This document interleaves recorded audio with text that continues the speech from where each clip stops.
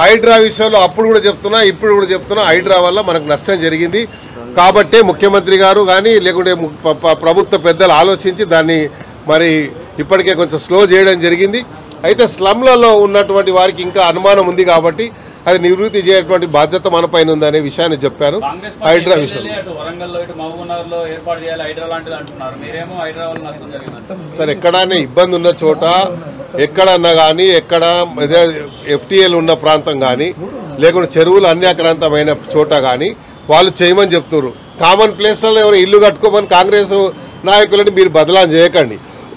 ఏం చెప్తున్నారు, ఎక్కడైతే చెరువులు అన్యాక్రాంతమైనవో లేకుంటే బఫర్ జోన్లలో ఇల్లు కట్టుకున్నారో ముఖ్యమంత్రి గారి ఆలోచన కూడా అదే. బఫర్ జోన్లో మూసీ నదిని మరి సుందరీకరణ చేయాలని చెప్పి వద్దని ఎవరైనా అంటారా? అప్పుడే ఆ ప్రభుత్వం ఉన్నప్పుడే సుందరీకరణ జరగాలి, మూసీ యొక్క ప్రక్షాళన జరగాలని 10,000 కోట్ల రూపాయలు ఇచ్చినామని చెప్పి అప్పుడే ఇచ్చారు.